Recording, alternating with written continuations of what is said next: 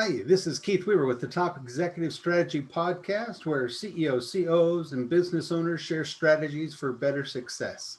This is 6 questions in 9 minutes because the best strategies are concise business advice. And so we're going to get right to our guest today. And with question number 1, tell us who you are and what you do.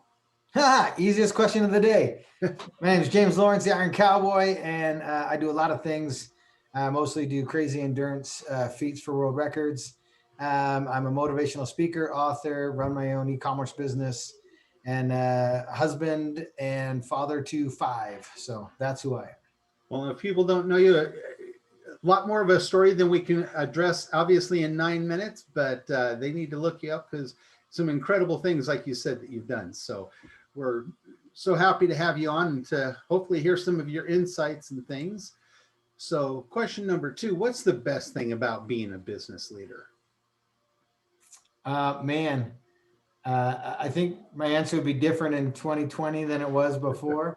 But to be honest, 2020 was a blessing for us, and it allowed, as a business owner, it allowed me to be creative and pivot, and really understand that I have value in the marketplace. And it was a great time for self-evaluation to see, am I creating value, or was what I was doing not creating value in that time space? Because everything got shut down and only the great businesses stayed alive because they were able to pivot in that time.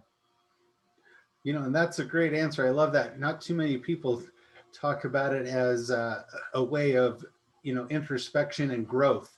And that was a big part of 2020, I think, for a lot of people. So yeah, I hope a lot of people took that opportunity. Right. So question number 3, I hear from other leaders that their people strategy can be more challenging in running their business than the actual business strategy in running their business. Your thoughts on that? Yeah, man, finding good people is one of the greatest struggles in business. A lot of people look great on paper. A lot of people talk a big game initially. And like any company, you're going to go through a lot of money trying to find the right person, but it's worth it to find that right person, whether it's an implementer, a visionary, or whoever it is on your team that you're lacking. Do not stick with one person a long time because they maybe have potential. If they're not showing up on a regular and delivering what you need, you got to cut ties early. Realize a hiring mistake early in the journey and move on to the next until you find that exact right fit, because those mistakes early on will cost you thousands, if not millions of dollars down the road.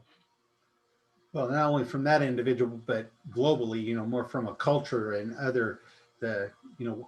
kind of the idea of the bad apple ruins the whole bushel kind of a thing. For sure. You got bad leadership. Yeah. Nope, no good. So question number 4, what strategy would you like to share with other business leaders? Man, I think it's the same I share with my athletes and I do with business leaders is everybody's looking for like the quickest way to the biggest dollar. And that's cool. And a lot of people hit home runs.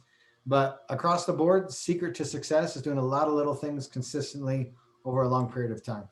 And if you can learn to master the basics of your field and really, really become an expert at that basics, that foundation, then when something like 2020 hits, it's easy because you've got that foundation, you've mastered the basics. And that's the way it is with being an athlete, being a coach, staying mentally and physically in shape and healthy, being consistent. Look, we're all human. Nobody's perfect. And we're going to stumble and fall on any of our journeys. We're going to make mistakes. It's inevitable. And so, but if you're consistent and you're learning from those mistakes, it's going to lead to growth. And the only way to learn and grow is through experience. And so have experience, try different things, but be very consistent with showing up on the daily and really relentless pursuit, attacking your dreams. But you have to have patience. Your company's not going to be successful overnight. There's no such thing as an overnight success. There's overnight successes based on the groundwork that you've laid over a course of a decade. People see the headlines in what we do as far as endurance racing and records and things like that, but they don't realize that there was literally 10 to 15 years of blood, sweat, and tears and no results or limited results to the point where we could even conceptualize doing something like this. So biggest advice, keep showing up, believing in what you're doing. And over time, you will start to see those results compounding. Well, I think that consistency lends itself to confidence as well. Like you said, we're all human, we're going to mess up. But if you've had that consistency prior, it's a lot easier to jump back on and say, I'm going to continue on with that consistency. Yeah, and along that same vein, I mean, everybody's looking for the big win, right? The big success. And the big wins and big successes only come after accumulating a lot of smaller wins and smaller successes. Success breeds success, confidence breeds confidence. And you've got to stack up that experience of little wins before you can experience that big win. And I think people are impatient with trying to get to that big win today, immediately. And they rush that, they fail, and then they abandon the journey, and then they lose. We are kind of a society of wanting instant gratification. So, It's one of the largest crutches of society today. right. Well, it is great hearing some of your insights, and obviously you live it and you prove it on a daily basis. So that's, a great role model as well. Thank you. So question number 5, what other successful business leaders, CEOs like yourself, would you like to maybe do a shout out to, or you think would be good on the podcast? Oh man, Mitch Matthews is a buddy of mine. I don't know if you heard of him. BYU football player, went to the NFL, realized it wasn't a fit for him, and started a door-to-door sales company and is absolutely crushing it. And he's a business leader. He's running a tribe. He understands culture and building that, and just a leader at a high level. Cool guys like Jesse Itzler and Tom Bellew, all these guys that are just crushing it in the influencer and business space. All guys that I look up to and try to model myself on a daily basis after. Some great people on that list, and hopefully maybe we can reach out to 1 or 2 of them and get them on the podcast. That would be great. So question number 6, just kind of a final fun question. Tell me about one of your favorite past bosses. Past bosses? Yeah. Like that was my boss? Sure. Man, I can't even remember the last time I had a boss, which is amazing. I grew up in Canada, and I mean, even as a kid, I was chucking papers to make money, shoveling walks for the city, but always as my own boss. And I mean, I used to work at a theme park in Canada, and not a bad experience, just cool bosses, cool people, great mentors. I would say I've had more coaches in athletics than I have bosses.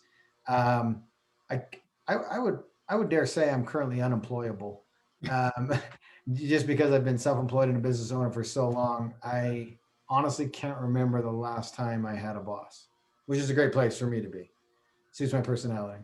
Yeah, definitely.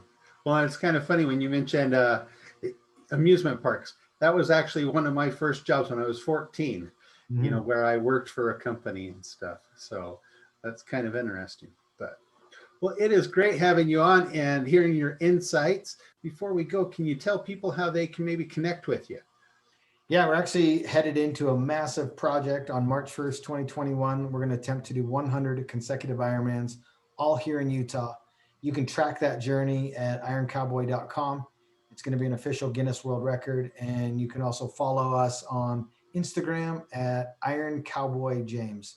We're going to be going live a ton. We're going to be doing a lot of stuff for charity, raising money for Operation Underground Railroad, an unbelievable charity trying to solve the problem of human trafficking, which is a problem in today's society. And so trying to get to the bottom of that is a goal of ours.